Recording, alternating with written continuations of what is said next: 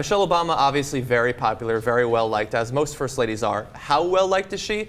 In a hypothetical matchup against Illinois Senator Mark Kirk, if he was to rerun for the same seat, she would actually beat him right now 51% to 40%, according to a recent poll being reported on the New York Daily News.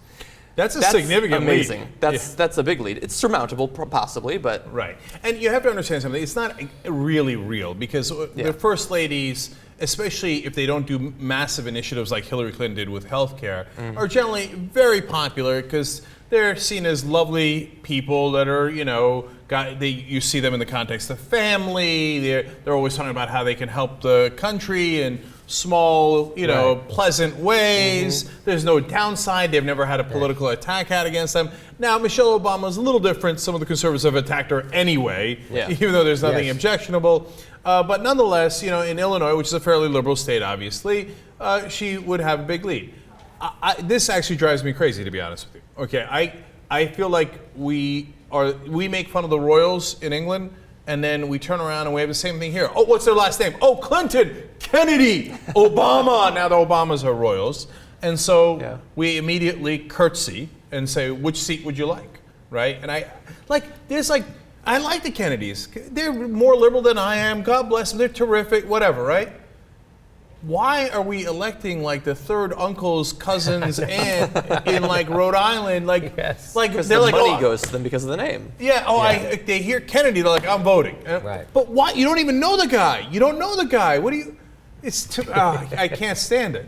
No, but the money goes to them because of the name. They get the ads because of the money. They get the name recognition because of the ads. And so when you're in a primary against 6 other Joe Schmoes without Kennedy at the end of your name, you're the one who wins. And so you go on, and sometimes you win the general election. I like Michelle Obama a lot more than I like Barack Obama, so I'm not really upset about it. And so look, and we know more about Michelle Obama probably than the average guy in Illinois does because our job is to read the minutiae of the news. And when you do, you find out that Michelle Obama has actually been pushing Barack Obama behind the scenes to keep his campaign promises more, to be more progressive, because that's what he promised the American people. So I like that about her, and I probably would prefer to have her than Barack. Yeah, right? That's how I feel. And so it's not anything against her. It's just and I mentioned only Democrats. Look, I can mention a Republican too, right? George W. Bush. I mean, remember how incompetent George Bush is. I don't mean as president. I mean, before he was president, the idea that guy could have been elected governor of Texas is unbelievable, let alone president. Think about this. He ran several oil companies in Texas during the oil boom into the ground. I mean, if you try to bankrupt an oil company at that period of time in Texas, I bet you couldn't have pulled it off. Okay, that's how incompetent George W. Bush is. That's how unqualified he was for governor, let alone president. But his name is Bush. Everybody bow down, curtsy, right? It makes me sick. No, I guarantee if instead in some alternate universe he had been elected like Dallas's dog catcher or something, he would have fucked it up somehow. Fucking Rottweilers in the streets after 2 or 3 days. If George W.'s last name was Johnson instead of Bush, he would be the Pizza Hut night manager.